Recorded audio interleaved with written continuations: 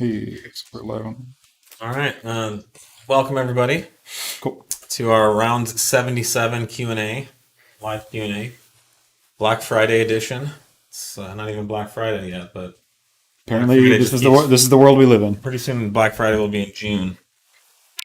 Pretty soon everything will be Black Friday. Then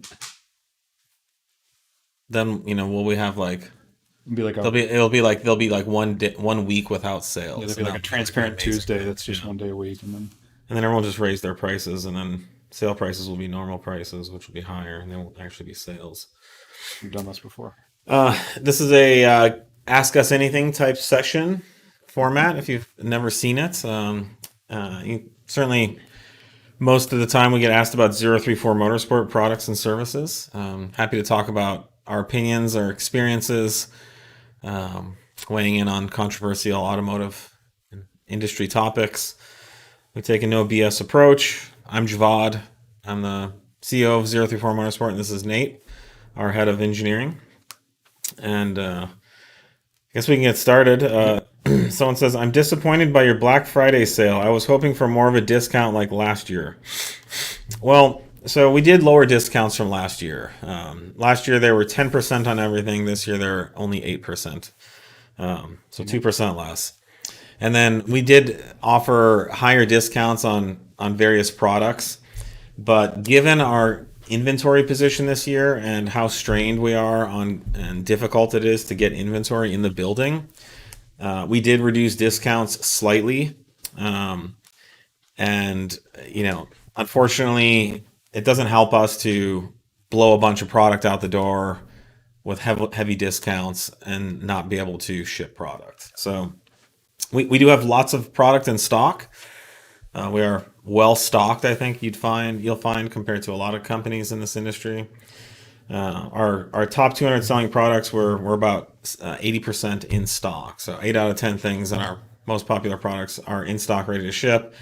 Other items are on the way, but we did back off the discounts a little bit. We are also seeing costs rise across the board. I was just going to say that. I mean, between shipping and then raw materials, shipping is what, 10x this year from like 2 years past. Yeah, I mean, to bring a container in has gone from $1,500 to $20,000. So that's no added value. That's just we're now paying. Yeah, and we're absorbing $18,000 more for a container of product than we were last year, and so we've seen costs skyrocket, and we will probably be doing a site-wide price increase next year. But so the 2% less helps us offset these extraordinarily rising costs. Raw materials like metal have doubled, tripled in cost. Fortunately, this part is the amount that the metal costs is a relatively small amount of it. So even if it doubles, it doesn't necessarily affect the top price. The top price doesn't double just because the material cost doubles, but the top price really needs to go up about 5% to account for that, just so that we can continue making as much money as we did last year for doing the same amount of work and effort. And we have 50 employees. And we're not going to start paying people less. So. Product lines and engineering. Investing in new products and new technology and innovating products.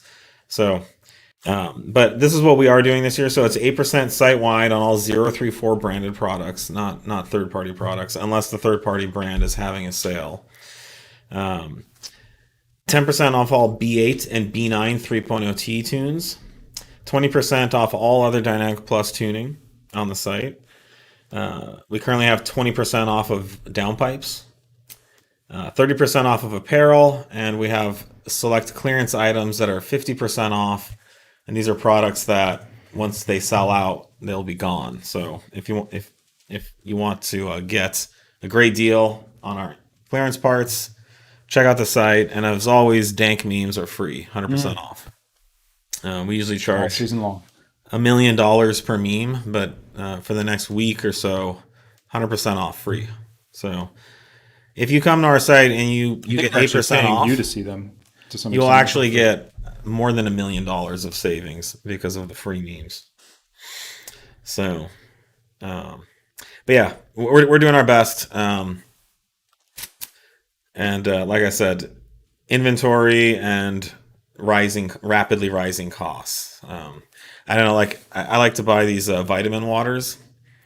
It's like sugar free, and I drink them after I go on bike rides and stuff for electrolytes. And I buy them in these, like, I think they're 24 packs, and they're usually like $18 from, like, on Amazon.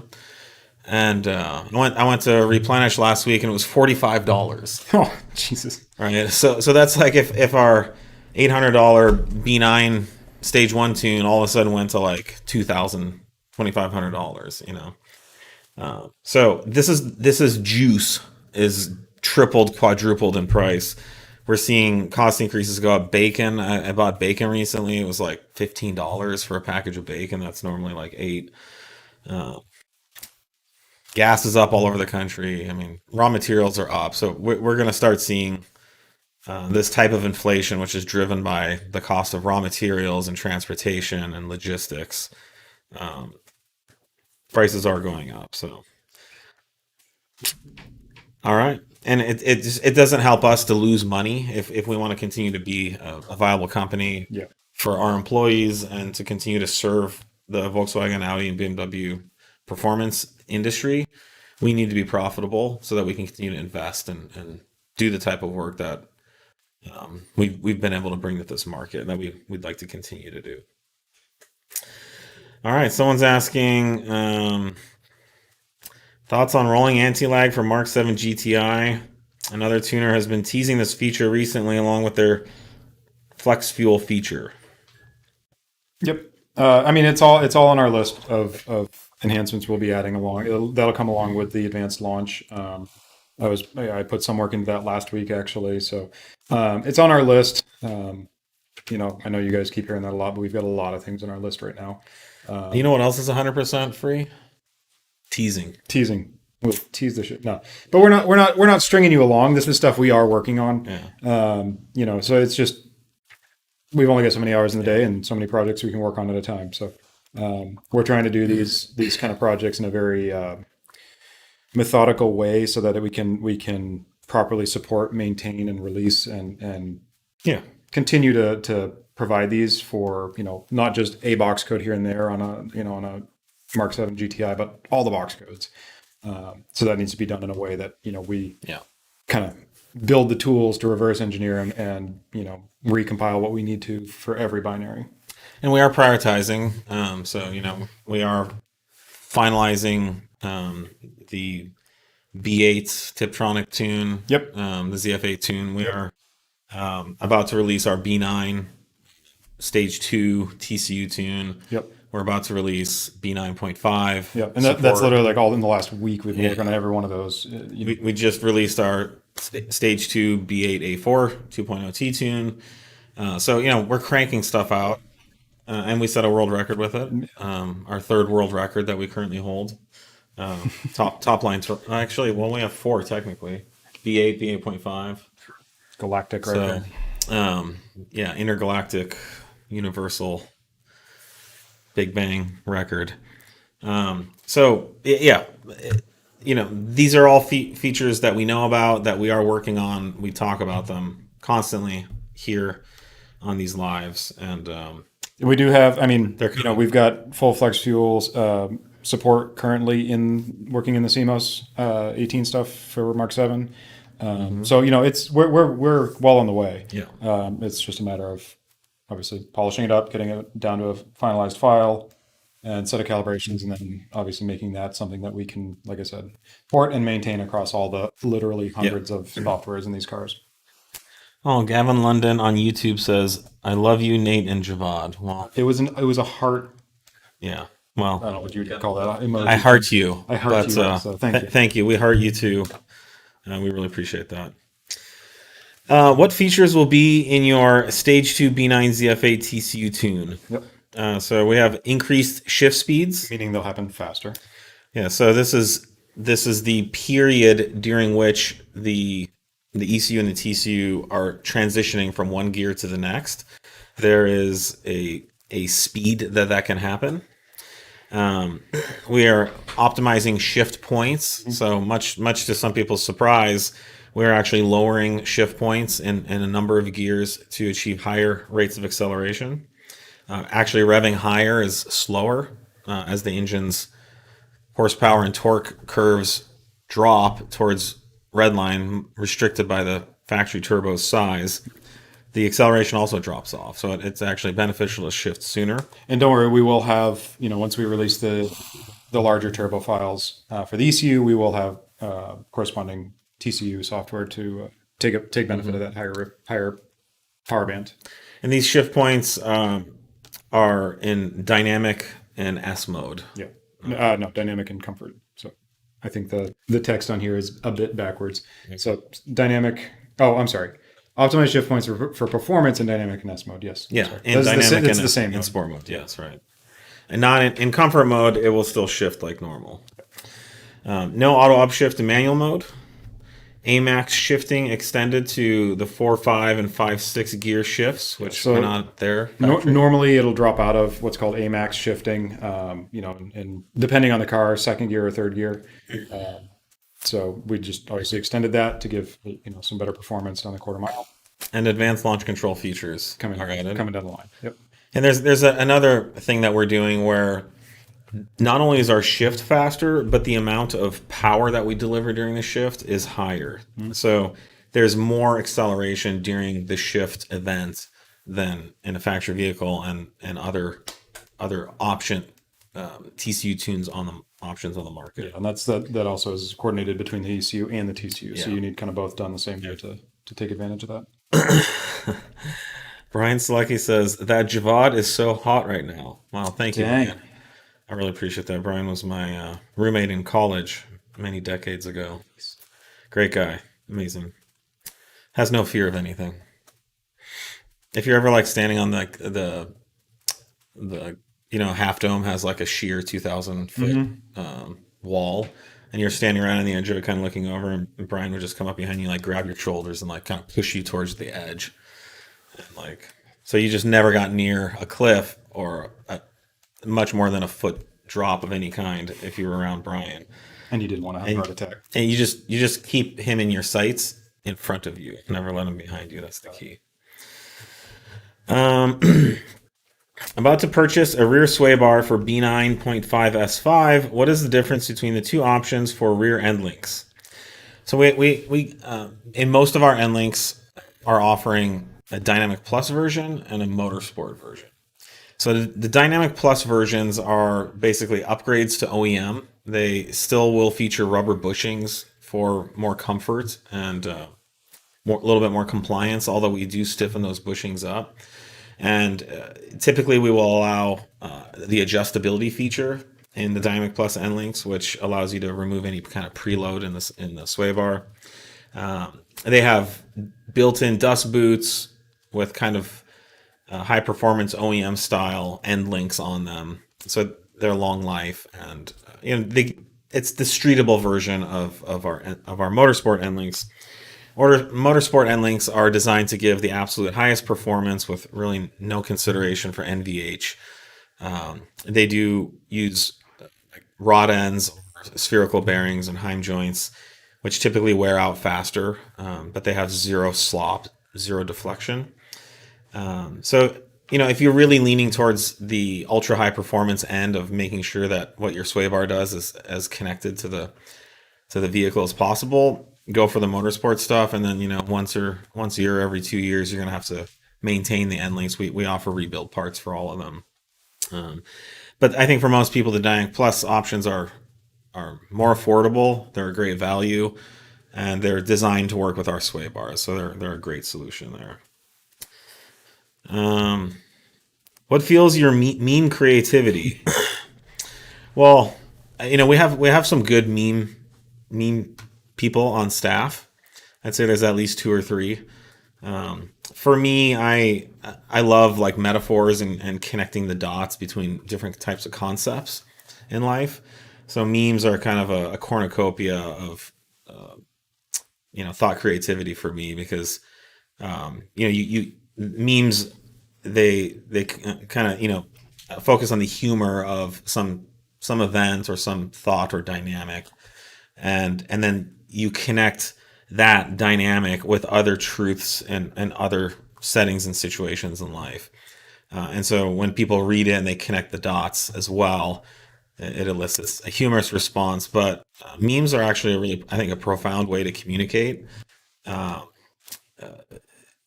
by kind of being sarcastic or finding humor in something that you do agree with or you don't agree with, and you can really create or form a position. So I think what a lot of our memes do is they really form or solidify our perspective, our position on tuning, on the industry, on our calibrations, and the way we go about doing business, focusing on our levels of engineering, our product quality, the quality and performance of our tunes and calibrations, the way we do business, you know, things like that. In other cases, it's just to find humor in, I don't know, drinking White Claws or, you know, the things that make our industry kind of fun, quirky, and unique. Some kind of shared trauma. Yeah. You know, like 5 years ago, a lot of the focus was like kind of making fun of like the whole stance bag movement thing. And that's pretty much gone. And so now it's more like, Dodge that bullet. you know, poking fun at crackles or, you know, just forum behavior or actions, or, you know, some of the perspective is, you know, our daily life, some of our frustrations or experiences doing what we do and delivering products and services. And so some of the more dank stuff is just us, you know, laughing internally at, you know, some of the stuff we have to deal with. But hopefully you guys can laugh along with us. These memes are ultimately about communicating our position and identifying, revealing who we are as a company and as people who work here. But we're really not trying to hurt anyone's feelings. We definitely don't want to get canceled. So please don't cancel us if you don't like any of the memes.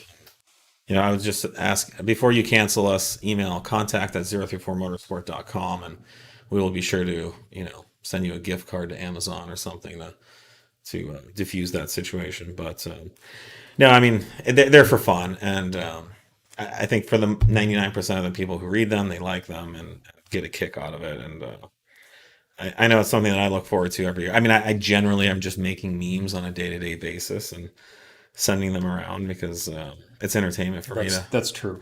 to open up the meme. Nate knows, but I'll just if I'm bored for a minute, I'll just open up the meme app and start cranking out memes.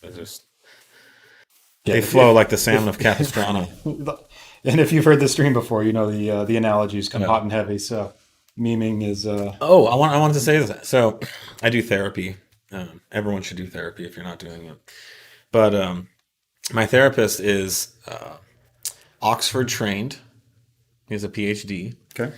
And so I use analogies and metaphors in therapy to kind of just communicate to him what my position is, or my, you know, instead of like talking about how I feel about something, I will just create a metaphor, and he always gets it. And he actually told me last week that I'm one of the best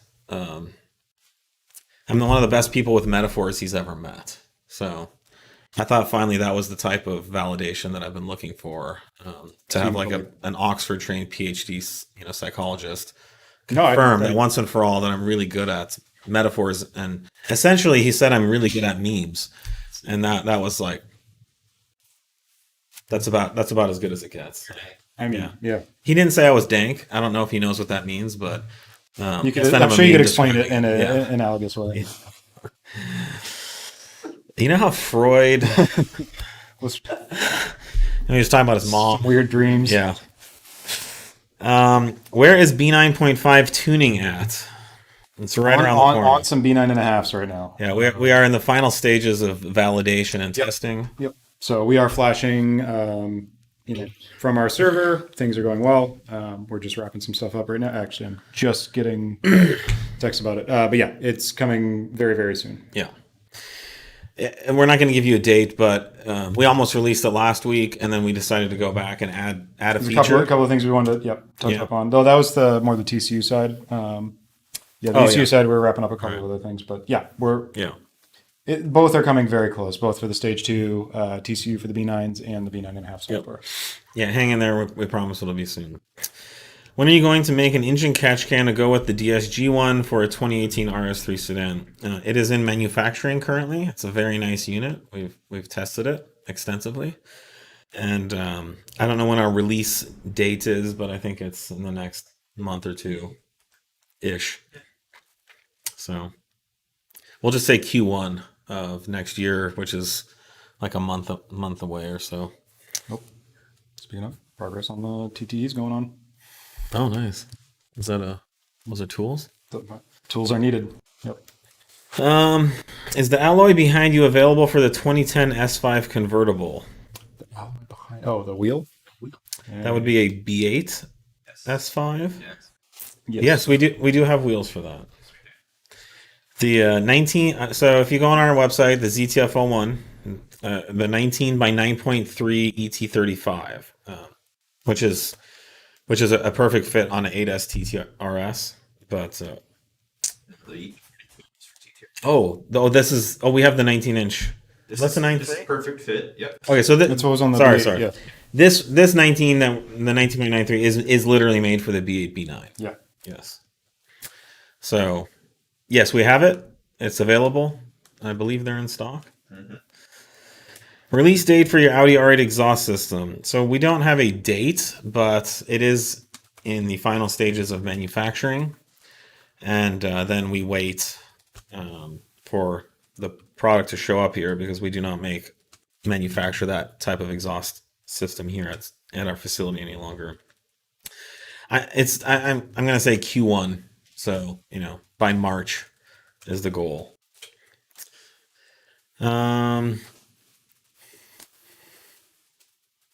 034 Stage 2 E85 B9 S5 Sportback takes fastest customer quota mile time. 034 now 1 and 2 for quickest and fastest stock turbo B9 S4 S5. Yep. Great. That's correct. That's not a question, but that's a very nice statement. So yes, 11.12 at 123, and that was our Stage 2 E85 plus Stage 1 TCU. Yeah, so that's not even our full beans TCU that's coming.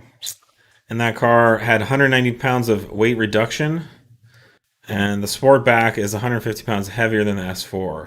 So pretty much stock S4 weight, and it had stock wheels with Stock size wheels. stock size wheels with upgraded tires.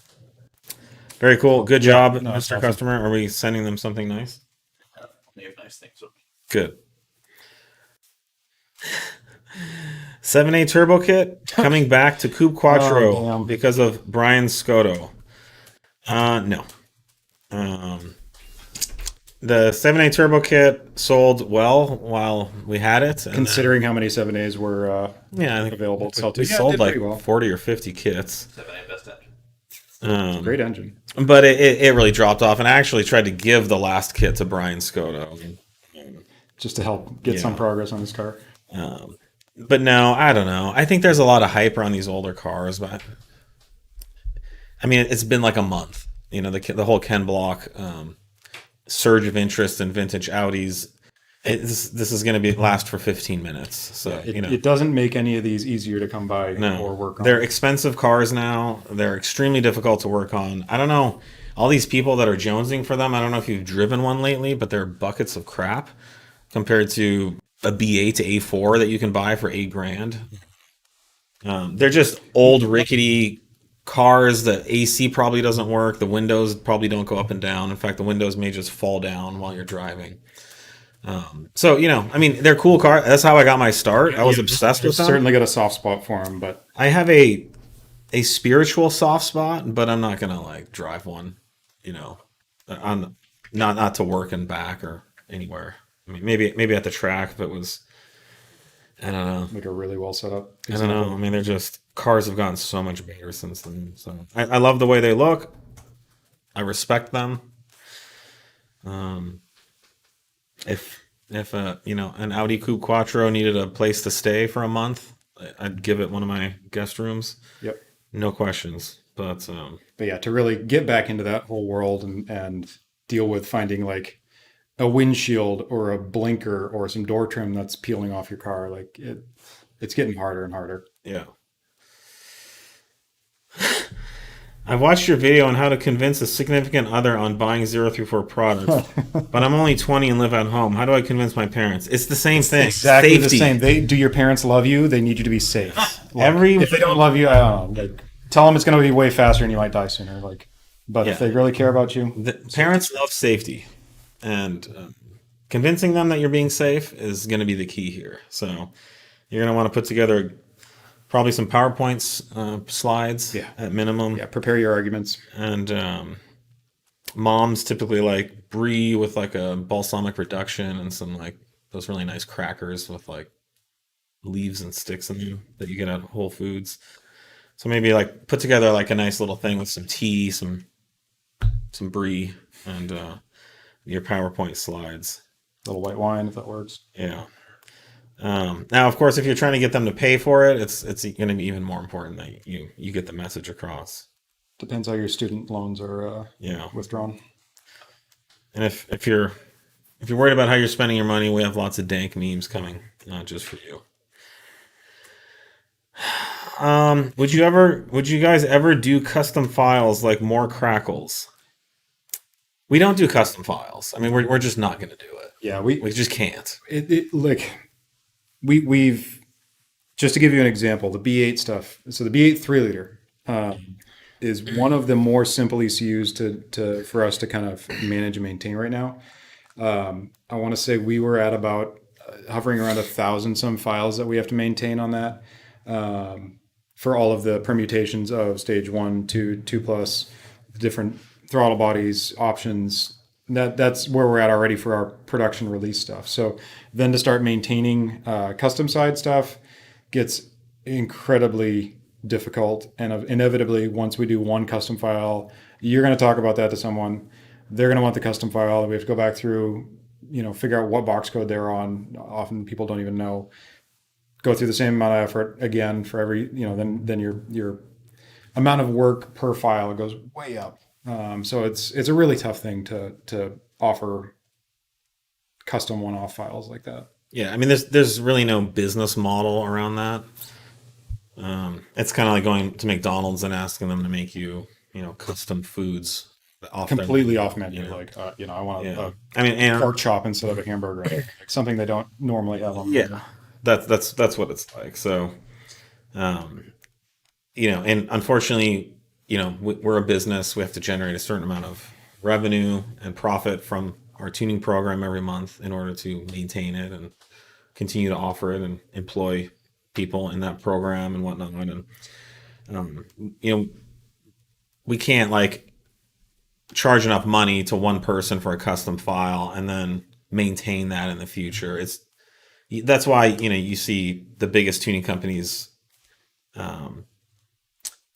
they don't do custom tuning. Now, like companies like Cobb have access port and you can actually customize it yourself, but that's not Cobb doing it. And so anyways, that's unfortunately not something we can do. We used to do it in the past. The issue is there's smaller shops that will do it because they can't make money selling tuning because they don't have a tuning program. Yeah, and there's obviously no reason, technically we couldn't. No, we can do it all day. Changes. Of course we can, but it becomes an unfeasible, unsupportable endeavor. And then, inevitably when we do make bigger, more important, more substantial changes, updates, and tweaks, now we then have to balance, well, do these custom changes we made on this particular file, are we going to then do that again and get it up on the server? And it's a whole nother, out of the system thing to maintain. So you might have this custom file with more crackles, but maybe you're behind a couple of other changes that everyone else got because we made some other big improvement. Yeah.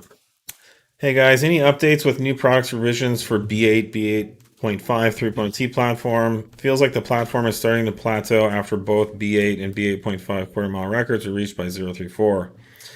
Well, I mean, I don't know. It might be plateauing. I mean, admittedly, we are putting focus towards B9, which is a very important market as well. But B8 is not dead. No. We talk about it all the time. No, we are still working on some pretty We are pushing pretty it big forward. items coming down the line here. But right now it's really tough. Like, we've talked about this a lot. There's a lot of limits right now that we've really kind of hit with the stock hardware, without getting into some really fundamental changes on the motor. Yeah, but stay tuned. There's plenty more coming for B8. It's not done We're yet. not done. But it is diminishing returns. We are in kind of the upper, portion of what's possible with those.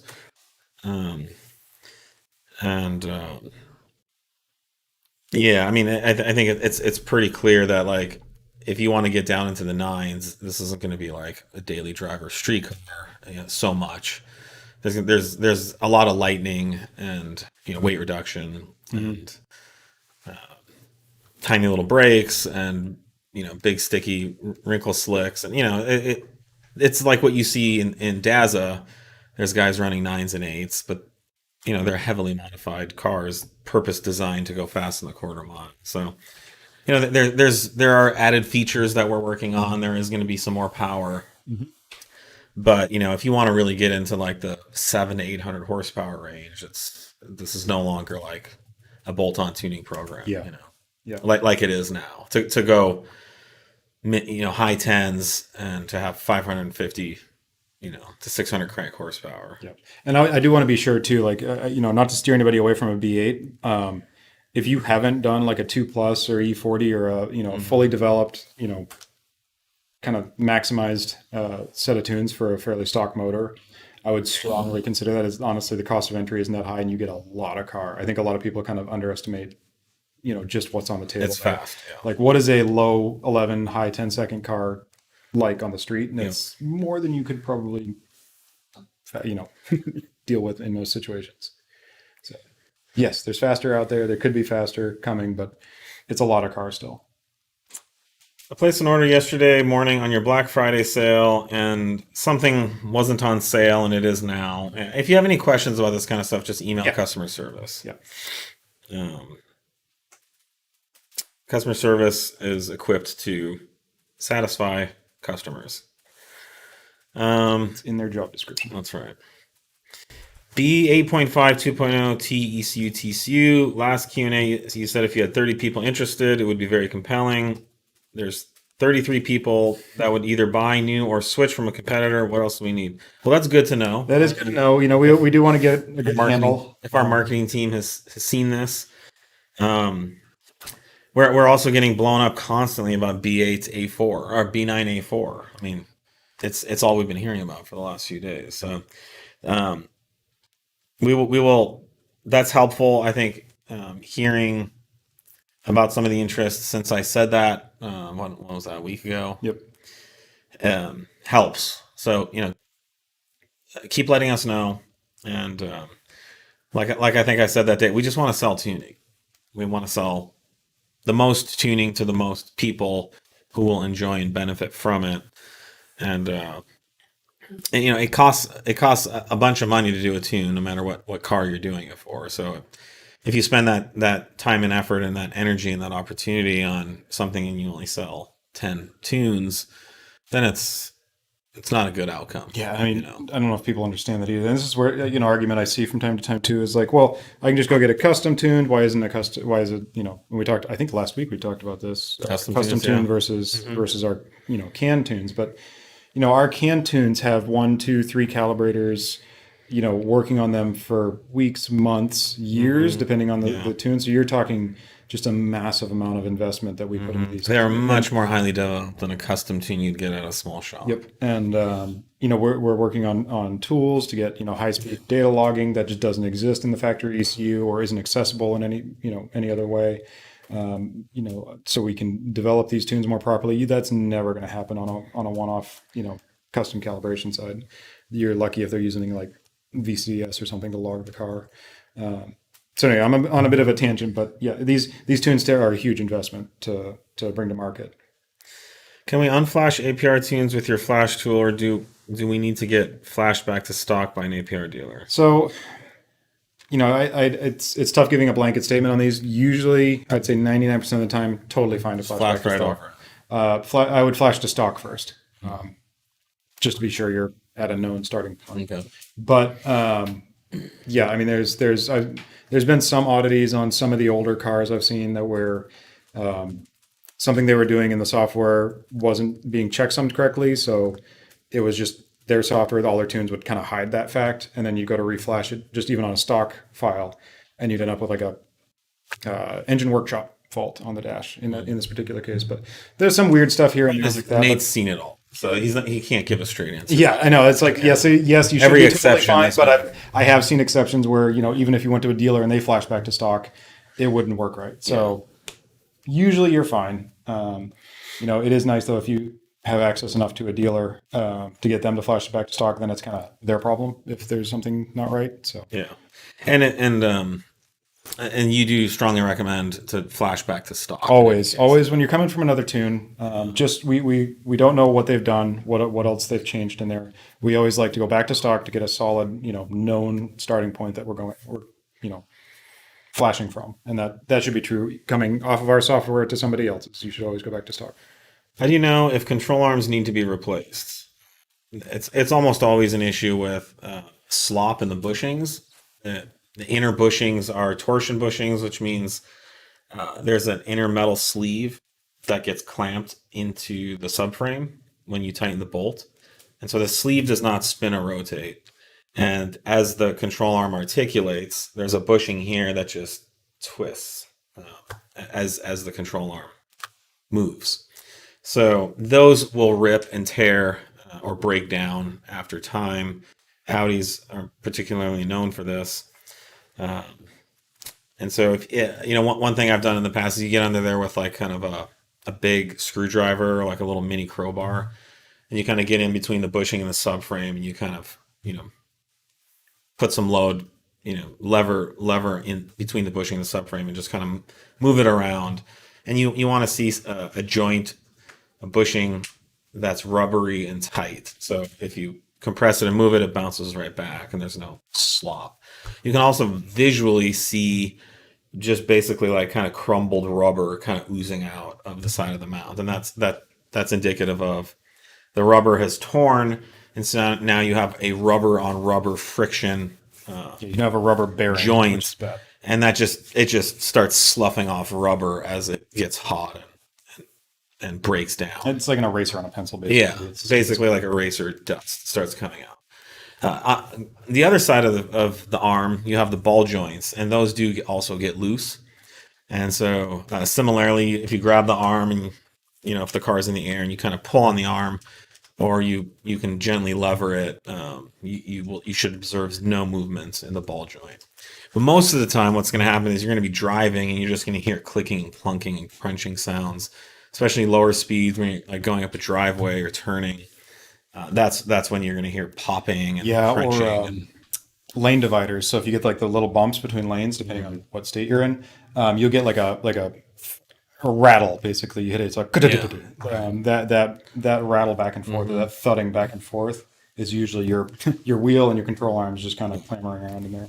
Then you can kick your tire really hard, and sometimes you'll just see the whole tire just like clunk around. And you will stock too. You don't forget, these are rubber bushings. You'll see some movement. Stock, it'll be more like rubbery and bouncy. It should be pretty tight and controlled. But if it's actually loose or broken down, you'll actually see or hear a clunk. Do you guys ever switch sides on the table in the live streams? Nope. Well, we haven't in a long time, but I remember I was on one side. I was on that side once. So that'd just be weird. You ever notice, like, do you sleep on a certain side of the bed? Oh yeah, this is with your wife. Yeah. So it's. I mean, to be fair, I guess that's my side of the bed. So yeah. Well, I don't want to bring it home too much here. Yeah. It is interesting how we are creatures of habit. But no, I'm sorry, sir. This is my side. This is where I feel comfortable. So please do not ask me to move again. And if you want to know a much less endearing reason, is all of the gear that we're running this on is right here, and I can get it quicker. So that's why I'm here. Definitely, Nate needs to be the closest to that stuff. Less cords to trip over there. Does power output change in comfort mode versus dynamic? I don't believe so. Oh, it depends on the car, but generally no.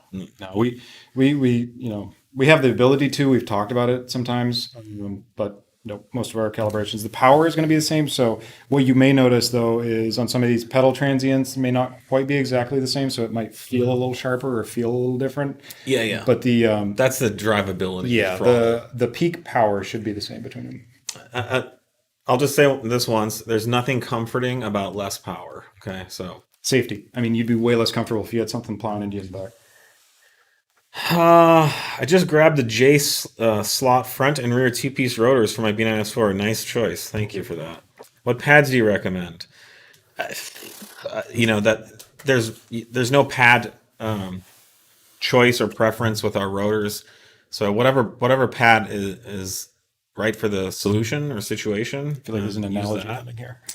No, Metaphor. no, or it's something. just, like, yeah, no, I mean, yeah. So What kind of shoes do you put on in the morning? You Factory- going hiking? You going walking? You going factory dancing? OEM pads or suitable aftermarket replacements for the street Yep. are typically a good choice. Now, I guess we could comment on what have we been using on track. I like Paget. On the B9. I mean, it's been up there between. Yeah, it's different between each car. We're not stuck on a one lot of brand. it's availability of Availability, time frames, but yeah, Carbotech, Pagets. What have we been using? Do we know what we've been using on B9 specifically? Nothing that we want to advertise. Okay. Yeah, Yeah, I will just generally say I've been using, of all the pads I've ever used, which is dozens, Paget track pads, I've had the best overall experiences with. I really like the yellow compound, which is a I believe that's called RS14. yeah, they changed a bunch of They may names have recently, changed it, but I think that's still it. it was like kind of the yellow compound, which is a really nice track pad. Doesn't need to heat up a lot. I've never gotten them to fade. I've boiled brake fluid with them, but it wasn't a problem with the pad. And but yeah, I mean, generally, shop around. We used to do a line of brake pads with cobalt friction, and we ultimately weren't happy with the quality of the product. There were some other issues too, so we dropped that product line. But I'm not sure what's available for pads right now. So you can look around. But if you're driving on the street, I'll say one thing about pads is there's no such thing as one size fits all brake pads. So there's a lot of like street track compound. It's like that's bullshit. There's no such thing. So on the street you want something that's quiet, has great initial bite, and doesn't produce a ton of dust. That's what you want on the street. On the track, you want something that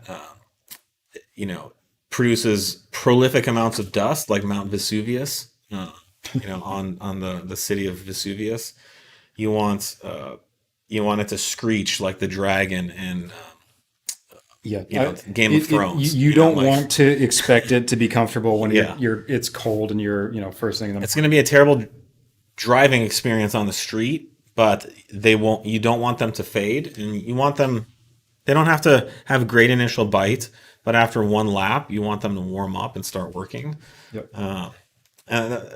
Part of the problem is if you get a compound that's too aggressive and you don't heat it up, then it will stay in an abrasive mode and basically just wear your brake rotors down. Yeah, you're just cheese gratering your rotors. Yeah, and there's a state in a brake pad that you want to get it to, which is I don't know if adhesion or adiabatic, which basically the pad is no longer working on friction like sandpaper would. It's working on more of a kind of a mechanical grip between the pad surface and the rotor face. Much like if you were dragging your hand across a pane of glass. So, when you have a really aggressive pad compound that's frankly designed for a much faster car or a much better driver, who has much higher entry speeds and much more brake loads, then the pad will get to a suitable temperature. But then the brake system also has to be able to deal with that amount of heat, which typically means ducting to cool it. So this is you're getting into like pretty fancy race car stuff at that point. But if you get the right track compound, which isn't necessarily the most aggressive, but much more aggressive than a street pad, and you can play with some different stuff and see what you like. But if this is the problem we have with those cobalts is our customers wouldn't always get them up to temp, and they just burn through a set of rotors in like one track day. Yeah. It's basically like machining. I get that intercoolers lower air temps and allow denser air to enter the engine, but most aftermarket intercoolers are larger than stock in volume. Doesn't that reduce air density? No. Air density is not a function of the volume that it's in. So the density of the air is a property of how hot or cold it is and how close or far the molecules in the air are from each other. The issue you get with a bigger intercooler is it takes longer to pressurize. Now, pressure is not density. But yes, if you double the volume of your intercooler, then you will increase the amount of time it takes to achieve a target boost pressure within that intake system because you've increased the volume. It's like you can pump up a bike tire much faster than you can pump up a car tire. It's because the volumes are different. So it is important to use an intercooler that's not too big or not overly oversized. There's really no benefits. Yeah, that said, though, I mean, the amount of space you usually have to fit an intercooler on the front of a car, you're almost never going to be able to get something that's too big to the point where it's going to be like really impactful on what you would even notice. Yeah, 100% agreed. In practice, an intercooler that's too big is almost impossible. Now, I do see like project cars and race cars where you rip the whole front end off and you get rid of your AC, and now you could stick in like a 3,000 horsepower intercooler for a 600 horsepower application would be a waste. Yeah, and it is also just thermal design issues that some people overlook, where they think they can just put like a foot deep intercooler in something and it's going to work great because you get all that core, and the efficiency drops a ton with the thicker and thicker cores. So there's a bunch of aspects to go into it, but generally speaking, you're never going to get one that's too big for a This stock is a car. very good question, so thank you for asking it. There is a delay in boost onset when you increase the size of your intercooler. But it's the same kind of compromise you have to accept when you put in a bigger turbo. Yeah. But it's not even that big. Like you'd have to put some pretty sensitive measurements on it. It could be 100 RPM or something in whatever gear you're in. Yeah. An extra second or half a second to hit whatever target. But generally speaking, worth every single bit of it. Completely you're worth gonna it. So overcome any of that delay. Which is why I said it's a compromise. Yeah. Whenever you do anything, certainly in it from an engineering standpoint, but I would argue anything in life, you have to give something up to get something. And so you give up a little bit of lag and boost pressure to get lower temps and more dense air and higher flow, and you get more power. So maybe you delay boost onset by 100 RPM in third gear, but you generate another 40 horsepower the rest of the way after you hit your boost targets. It's worth it, right? It's a compromise. But that's how anything in engineering is. There's that saying for a reason that there's no free lunch. There really isn't.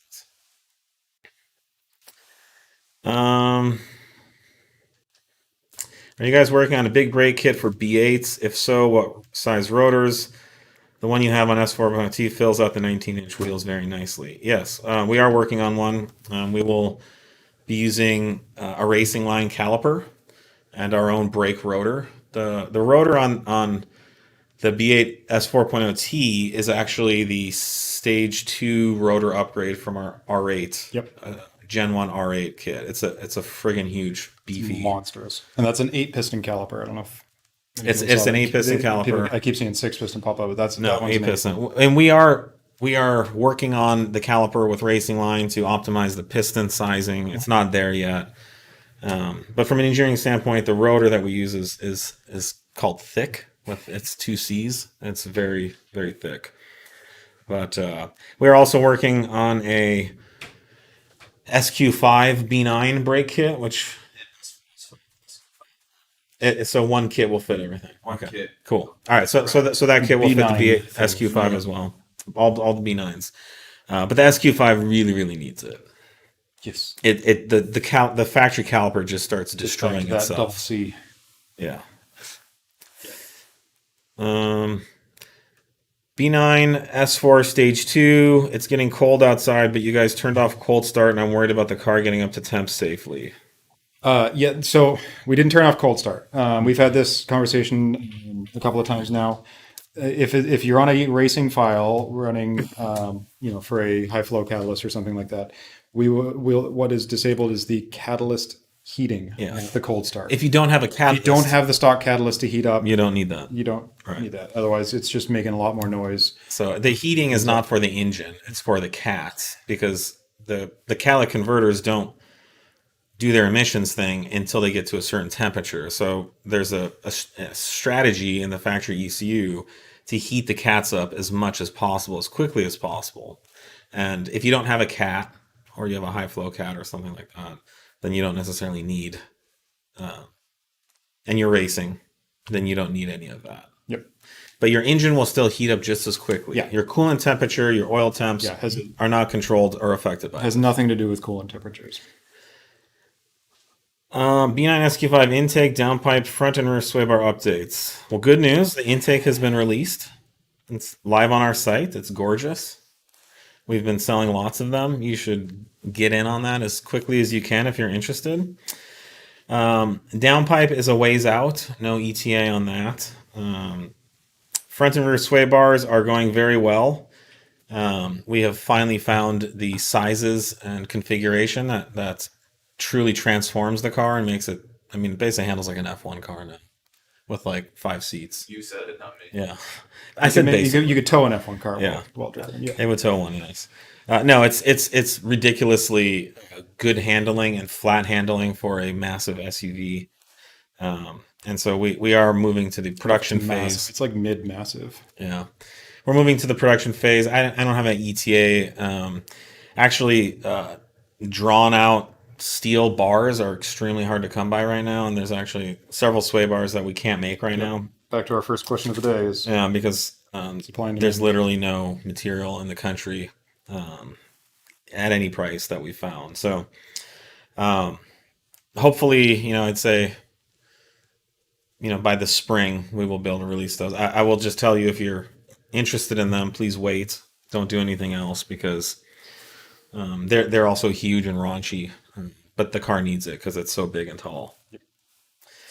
What are some cars that people personally drive, own at 034? That's a good question. I mostly just drive all of our development vehicles because I like to put miles on them, on all the products and the things that we're doing, which includes a BMW 340i, a Gen 1.5 V8 R8, B9 RS5, Mark 7 GTI, Mark 7 Golf R. We have a B8 S4 that I don't drive that very often. B9 S4. Sometimes I drive the shop truck, which is a Ford. F250. And then... it's across the board.